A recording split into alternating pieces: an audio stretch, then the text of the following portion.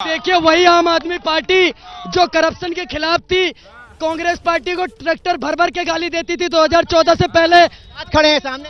आज उनके साथ गलबैया मिलाकर खड़ी हुई है। ये इनका अस्तित्व। मिलने दो यार, मिलने दो, मिलने जुलने में बताइए।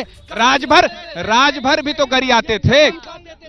एक सेकंड, राजनीति ऐसे ही है, राजनीति कभी बदलती नहीं, लोग बदलते। सुनिए, मैं ये कह रहा हूँ, राजभर भी तो गरी आते थे तेल और पानी ले लेके, तो वो भी तो आके गले लगा लिए। एक सेकंड, हाँ, राजभर ने बच्चों की कसम नहीं खाई थी, अरविंद केजरीवाल ने बच्चों की कसम खाई थी। राष्ट्र बादशाह ने कहा था कि झूठ बोला है। मिलाएंगे, हम अपने बच्चों की कसम खाते हैं, हम कांग्रेस से हाथ नहीं मिलाएंगे। कांग्रेस के ही वकील को मनु प्रसाद सिंह भी कपिल सिब्बल को ही अपना एजेंट बना रखा है केजरीवाल ने।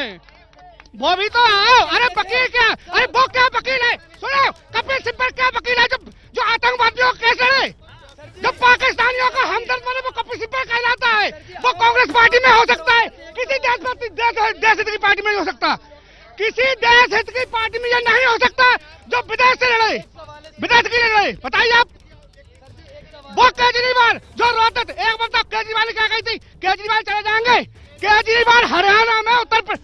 भाई साहब मेरी बात सुनिए, अगर सुनिए, हमें कांग्रेस से दिक्कत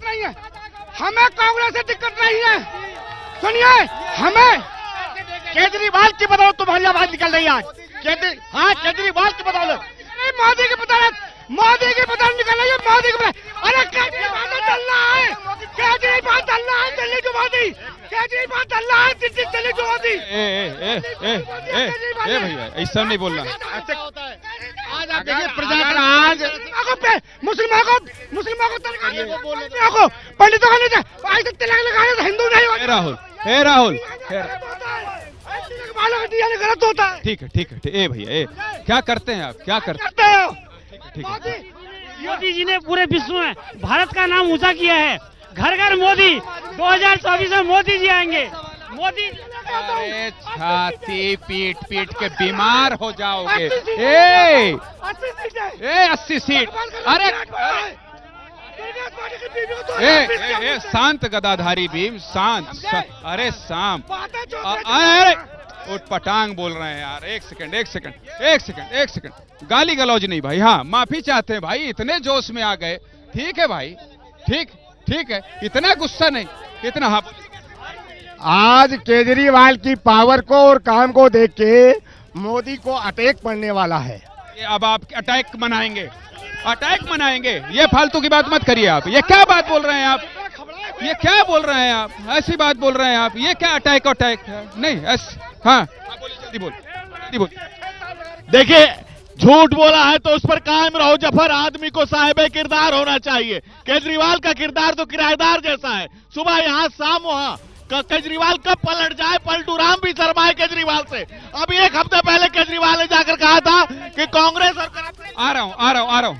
जनता जिंदाबाद में यही पूछ रहे हैं कि एनडीए या फिर इंडिया, जो बैठक चल रही है और जो बैठक हो गई है, उस पर ही चर्चा हो रही है कि आखिर 2024 में देश में किसकी सत्ता होगी। क्या ये जो इतने दल मिलकर बन रहे हैं, इकट्ठा हो रहे हैं और सरकार बनाने का दावा वादा करने की बात कर रहे हैं, ये क्या आएंगे या फिर मोदी जी ही रह जाएंगे? इसी पर बात हो रही है।